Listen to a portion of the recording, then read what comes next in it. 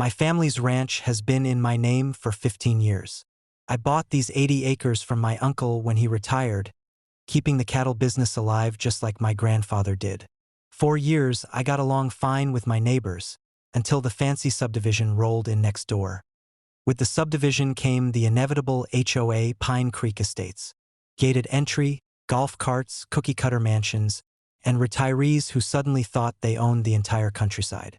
At first, they kept to themselves. But then Janice moved in, the new HOA president. Janice didn't like that my gravel drive ran alongside the HOA's private walking trail. She claimed my cattle smelled too strong, my barns were an eyesore, and that my pickup truck didn't belong near her pristine community. She started small, notes on my gate, snide comments if I waved while feeding hay near the trail. Then she started cutting through my pasture on her golf cart, telling people she had inspection rights. I asked her politely to stay off my land. She laughed in my face, saying the HOA had an access easement. Funny thing, my deed said otherwise. The HOA had no legal right to cross my property. One Saturday, I caught her and 2 HOA board members snooping inside my equipment shed. That was the final straw. I called my lawyer, confirmed the trespass, and installed a new steel gate across the gravel road. No more shortcuts through my ranch. Janice didn't take that well. The next morning, she showed up in her big white SUV, honking at my new gate like that would change something. I watched from my porch, coffee in hand, as she screamed into her phone. An hour later, she drove off in a huff. I figured that was the end of it. I was wrong. 2 nights later, I woke up to a thunderous crash. I ran outside in my boots and flannel, shotgun in hand, only to see my old red equipment barn half collapsed. Janice's SUV was wedged into it, hood crumpled, steam hissing from the radiator.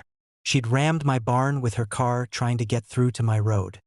She stumbled out, screaming that I'd blocked community access and destroyed HOA property. She actually tried to blame me for her crashing into my barn. I called the sheriff right then and there. When he showed up, Janice launched into her story about illegal gates and public easements. The deputy asked her one simple question, "Ma'am, do you have a deed showing your right to be here?" She didn't. I handed over my survey and the easement agreement, which showed the HOA's so-called trail ended 50 feet short of my fence line. The deputy looked at her, then at me, and started laughing. Janice was arrested on the spot for trespassing, reckless driving, and property damage. Her SUV was towed, half my barn still stuck to the bumper. A month later, her insurance company cut me a nice fat check to rebuild the barn bigger and better. The HOA board voted her out for embarrassing the community. I replaced the gate with a cattle guard and a bright new sign. Private ranch, no trespassing. Trespassers will be prosecuted. Funny thing, the fancy HOA folks don't even wave at me anymore when I drive past. That's fine by me.